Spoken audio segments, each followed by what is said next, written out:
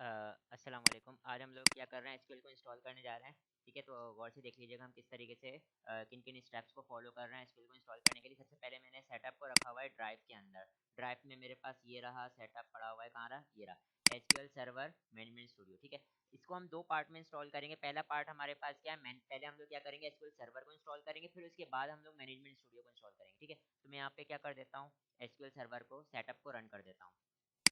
Setup को मैंने run कर दिया, सॉरी ऊपर वाले को रन करना था, ये ऊपर वाले को रन कर दिया मैंने। और यहाँ पे मेरे पास क्या, दोबारा एक उसके अंदर आ जाऊँगा, फोल्डर के अंदर आ जाऊँगा, सेटअप वाला जो फाइल है मैं इसको क्या कर दूंगा, रन करता हूँ। मुझसे अलाउ मांगेगा, मैं इसको यस कर देता हूँ। ठीक है, ठीक है।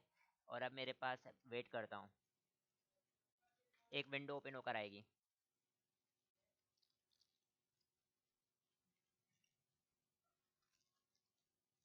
ठीक है, ये विंडो ओपन होकर आ रही है। मैं पीछे की जितनी भी विंडोज हैं उनको मैं मिनिमाइज कर देता हूँ। ये देखें इधर, ये विंडो ओपन होकर आ रही है। यहाँ पर आप लोगों ने इंस्टॉलेशन पे क्लिक करना है। इंस्टॉलेशन पे क्लिक करने के बाद पहला ही ऑप्शन आ रहा है, install new SQL stand alone installation. ठीक है, मैं इस पर क्लिक कर देता हूँ। ठीक है जी, तो अब मेरे पास क्या हो जाएगा, एक और विंडो ओपन होकर आ जाएगी।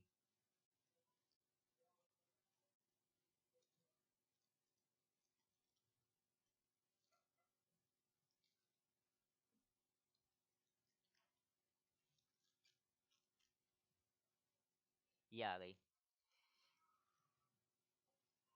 ठीक है, आपने यहाँ से क्या करना है, आपने यहाँ पे इसको बस टिक करो।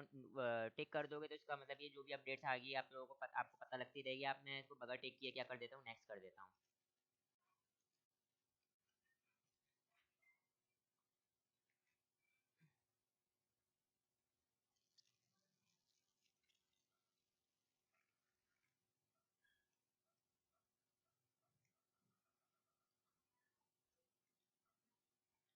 और यहाँ पे मैं चाहूँ तो नेक्स्ट भी कर सकता हूँ। यहाँ पे मेरे पास अपडेट्स चेक हो रही हैं।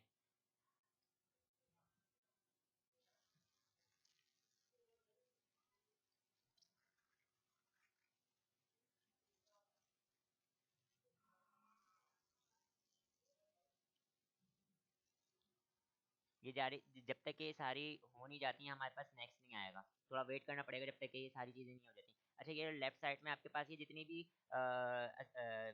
ऑप्शंस नज़र आ रहे हैं, अभी मेरे पास इंस्टॉल सेटअप इंस्टॉल हो रहा था। ठीक है, अब मेरे पास किस पर आ गया, ये रूल्स पर आ गया। सेटअप फाइल्स इंस्टॉल हो गई, इंस्टॉलेशन रूल, ये सारी चीज़ें रेडी हैं। मैं इसको क्या करूँगा, नेक्स्ट करूँगा। और नेक्स्ट करने के बाद अब मैं यहाँ पर आ जाता हूँ। यहाँ पर आने के बाद आप क्या करेंगे, यहाँ पर आने के बाद आप लोग परफॉर्म अ न्यू इंस्टॉलेशन, इसी के ऊपर क्लिक रहने देंगे। और इसको मैं क्या कर देता हूँ, नेक्स्ट कर देता हूँ। नेक्स्ट कर देता हूँ, और यहाँ से भी मैं क्या कर दूंगा, यहाँ पे आप लोगों ने इंटर प्रोडक्ट की पहले से लिखी हुई आ रही है, मैं इसको लिखे रहने दूंगा। और इसको मैं क्या कर दूंगा, नेक्स्ट कर दूंगा। सही है, और यहाँ पर आने के बाद मैं प्रोडक्ट की के ऊपर मैंने टिक रखते हुए मैं क्या करूंगा, नेक्स्ट कर दूंगा। ठीक है, और यहाँ पर मैं इसको लाइसेंस को एक्सेप्ट करता हूँ। देखिए हम लाइसेंस टर्म पर आ गए, एक्सेप्ट करूंगा, इसको नेक्स्ट करूंगा। और मेरे पास यहाँ पे फीचर्स ओपन होकर आ जाएंगे, कौन कौन से फीचर्स को आप इंस्टॉल करना चाह रहे हैं। पहले मैं सारे के सारे फीचर्स को एक साथ सिलेक्ट कर लूंगा। फिर यहाँ से मैंने कुछ फीचर्स को अलग करने हैं, आर को अलग कर दूंगा, पॉलीबेस को अलग कर दूंगा। ठीक है, ये सर्विसेज आर वाली जितनी भी रिपोर्टिंग रिपोर्टिंग वाली सर्विसेज सबको मैं अलग कर दूंगा। ठीक है, मैंने ये अलग कर दिया। ठीक है, और मैं यहाँ पे क्या कर देता हूँ, अब नेक्स्ट कर देता हूँ। ठीक है, अब मेरे पास फीचर रूल पर आ जाएगा। सही है, यहाँ पर मैं जो देना चाह रहा हूँ, नेम देना चाह रहा हूँ कि फॉर एग्जांपल के आपका जो यूजर नेम होता है ना, वो नेम देना चाह रहा हूँ। तो यहाँ पे मैं दे देता हूँ, किस नाम का दे दे रहा हूँ, एस ए दे दे रहा हूँ। आप लोग कुछ भी देना चाहो वो दे सकते हो। ठीक है, और यहाँ पे नेक्स्ट करूँगा।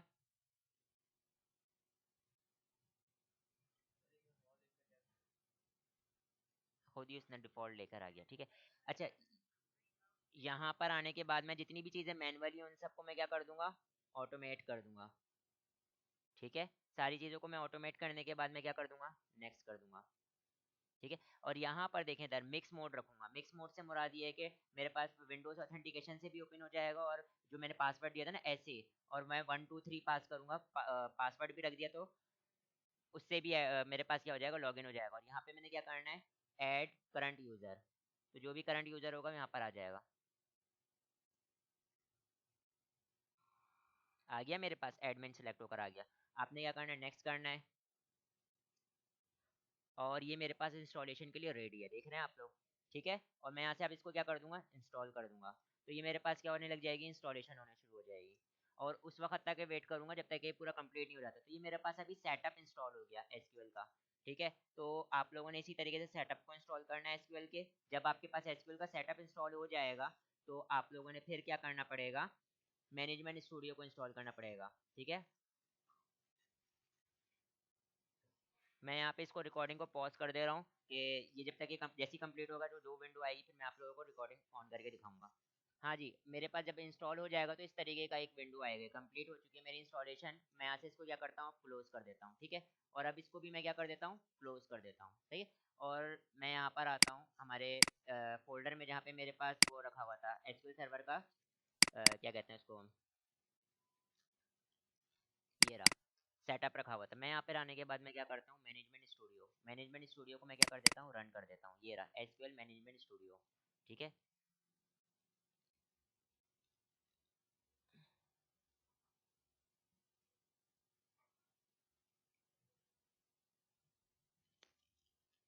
यस, और मैं यहाँ पे इंस्टॉल कर दूंगा इसको।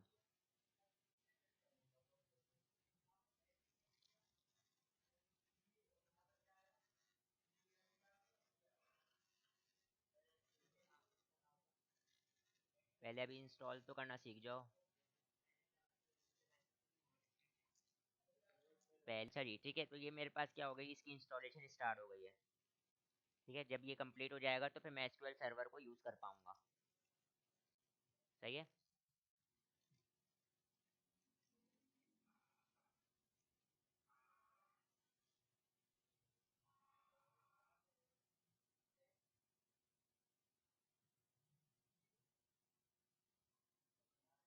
मैं पॉज कर दे रहा हूँ, जैसे ही कंप्लीट होगा तो मैं आप लोगों को शो करवा दूंगा ये।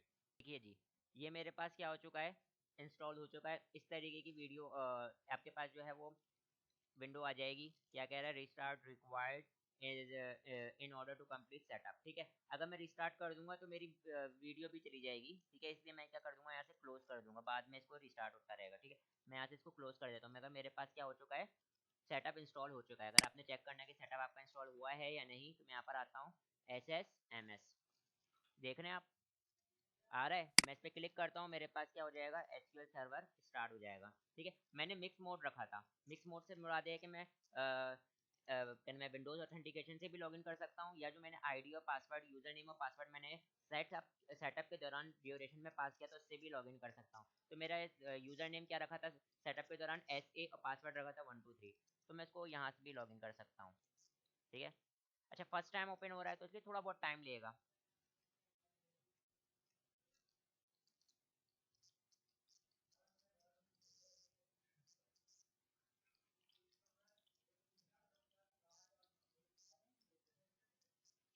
हो जाने दो इसको अभी।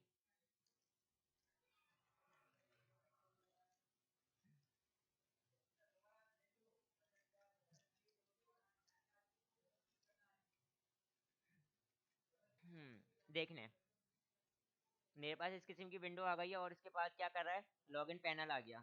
लॉगिन पैनल में मेरे पास मिक्स मोड में मौजूद है, ये देखें इधर, विंडोज ऑथेंटिकेशन है। और अगर मैं विंडो ऑथेंटिकेशन से एसक्यूएल ऑथेंटिकेशन पर आता हूँ तो यूजर नेम मैंने क्या देना पड़ेगा, SA, और पासवर्ड क्या था मेरे पास, 123। कनेक्ट करूंगा और मेरे पास क्या हो जाएगा, एसक्यूएल सर्वर लॉगिन हो जाएगा। ये देखें इधर, मैं सिस्टम के अंदर लॉगिन कर गया। ये देखें लेफ्ट साइड पे आपके पास काफ़ी सारी मेन्यूज नज़र आ रहे हैं। इसके अंदर हमारे काम की क्या चीज़ें हैं, किस तरीके से यूज़ करेंगे, ये सारी चीज़ें इनके ऊपर बात करेंगे।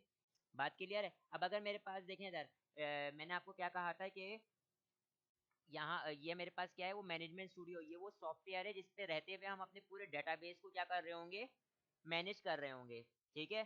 तो मैनेज करने के लिए कुछ कमांड्स वमांड्स ये सारी चीजें लिखनी पड़ेंगी। तो अगर वो मैंने लिखना पड़ेगा पीस ऑफ कोड, तो हम कहाँ लिखेंगे, यहाँ पे एक विंडो ओपन होकर आ जाती है, व्हाइट रंग की विंडो होती है जिसके अंदर हम वो सारा काम कर रहे होते हैं। तो वो कहाँ से ओपन होगी, देखिए इधर न्यू क्यूरी लिखा हुआ है, या कंट्रोल एन भी मैं प्रेस कर सकता हूँ। तो मैं क्लिक करूंगा, मेरे पास ये विंडो ओपन होकर आ जाएगी। उस विंडो के ऊपर मैं रहते हुए भी सारा काम कर रहा हूँ, ठीक है। अच्छा, बाय डिफॉल्ट हमारे पास यहाँ पे क्या, देखो मैं साथ साथ इंट्रोडक्शन भी दे दे रहा हूँ सॉफ्टवेयर का, ठीक है।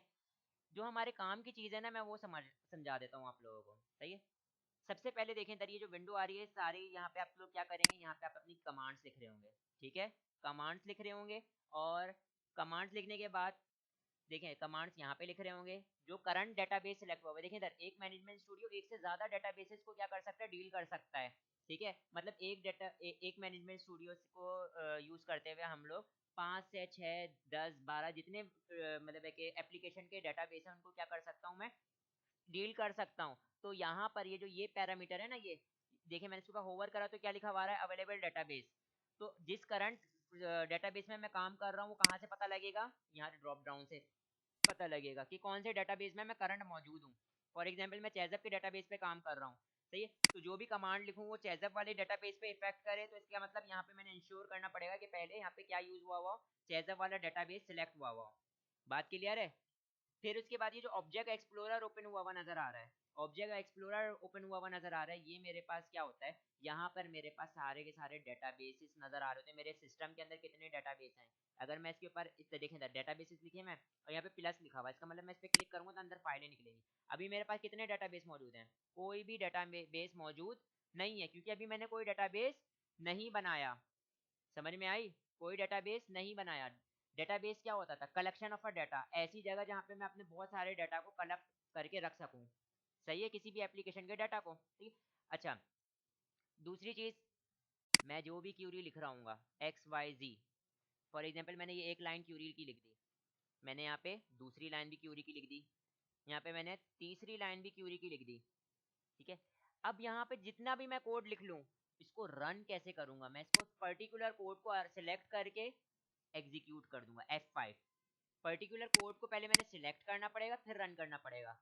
ऐसा नहीं होगा जैसे आप लोगों ने अब तक ये करते चले आए हैं कि भाई पूरा का पूरा पेज रन कर दिया, उसका आउटपुट आपको ब्राउजर पे नजर आ रहा है।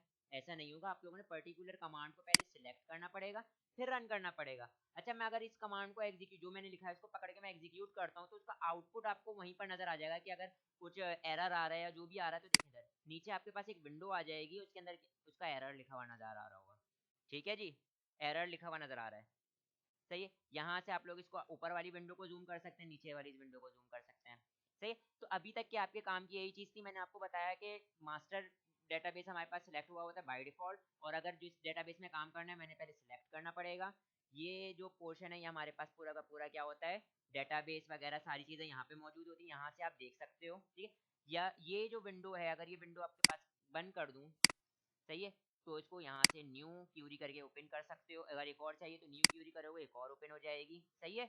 बात क्लियर है, इस तरीके से आप इसको ओपन कर सकते हो। अब एक और सवाल कि सर, क्योंकि आप लोगों ने सॉफ्टवेयर के बारे में नहीं पता अभी आपको, तो मैं अगर ये कैंसिल कर देता हूँ, ऑब्जेक्ट एक्सप्लोरर कैंसिल कर देता हूँ, ऑब्जेक्ट एक्सप्लोरर की ज़रूरत है, तो आप कहाँ से जाके इसको लोगे, तो ये देखें व्यू में जाएं, ऑब्जेक्ट एक्सप्लोरर क्लिक किया, ऑब्जेक्ट एक्सप्लोरर आ गया, ठीक है। और अगर मैं यहाँ पे फॉर एग्जाम्पल मैं बहुत से लोग क्या करते हैं, बहुत से लोग ये देखें इस तरीके का होता है, देखें अनपिन कर दिया और यहाँ पे मौजूद होता है, सही है, यहाँ पे भी मौजूद होता है, इस पर मैं क्लिक करूंगा ये ओपन होकर आ जाएगा, ठीक है। फिर उसके बाद अगर आप लोगों का इसका सेटअप आउट हो जाता है, इधर देखें मैं यहाँ पे डाल देता हूँ, ऑब्जेक्ट एक्सप्लोरर नीचे नजर आ रहा है, अगर आप इसको ऊपर लेकर आना चाह रहे हो तो किस तरीके से लेकर आओगे, यहाँ पे इसको क्लिक करोगे और इसको पकड़ के ड्रैग करोगे, यहाँ पे छोड़ दोगे, ये देखें इधर, ये यहाँ पर छोड़ दिया तो ये साइड में आ गया, फिर इसको आप क्या करोगे, इस तरीके से मैनेज कर लोगे। ये नहीं आ रहा होता है लोगों को और बहुत मिस्टेक कर होते हैं, वो बोलते हैं ये हमारी स्क्रीन नहीं आ रही, हमारी स्क्रीन भाग गई है, पता नहीं क्या अजीब अजीब अल्फाज बोल रहे होते हैं। तो ऐसा नहीं करने का, अगर मैं मिडिल में डाल दूंगा तो पूरा का पूरी स्क्रीन के बराबर आ गया, देखें इधर पूरी स्क्रीन के बराबर आ गया। बोल रहे होते हैं साइड में ला दें सर, साइड में किस तरीके से आएगा, तो मैं बोलता हूँ भाई इसको इस तरीके से पकड़ो, ये पकड़ो, और ये पकड़ने के बाद आपने इसको क्या किया, ये साइड में फेंक दिया और यहाँ से आपने इसको मैनेज कर लिया, ठीक है। अगर मैं इसको क्लोज कर दूंगा, अगेन आपको पासवर्ड आईडी रिक्वायर्ड होगी अपने डेटाबेस को एक्सेस करने के लिए, अदरवाइज आप इसको लॉगिन नहीं कर सकते। तो मैंने क्या किया, एसक्यूएल सर्वर को इंस्टॉल किया, जो कि मुश्किल से कुल मिला के 20 मिनट भी नहीं लगे इसको, बल्कि और कम टाइम में ये इंस्टॉल हो गया हमारे पास, ठीक है। लेकिन आप लोगों ने जो इस नंबर ऑफ स्टेप्स मैंने बताया, अगर आप लोग इसको फॉलो नहीं करोगे तो आपके लिए मसला हो जाएगा, फिर इसको अनइंस्टॉल करना जो है वो एक बहुत मुश्किल से होता है, बहुत सारे जो है फिर अगर अनइंस्टॉल हो जाएगा फिर वो इंस्टॉलेशन के अंदर बहुत सारे भंड आ रहे होते हैं, तो प्रॉपर तरीके से एक ही बार में जो है इसको कर लिया जाए ताकि मसले मसाइल पैदा ना हो। इसलिए मैंने आप लोगों को ये वीडियो बनाने का मकसद ही यही था।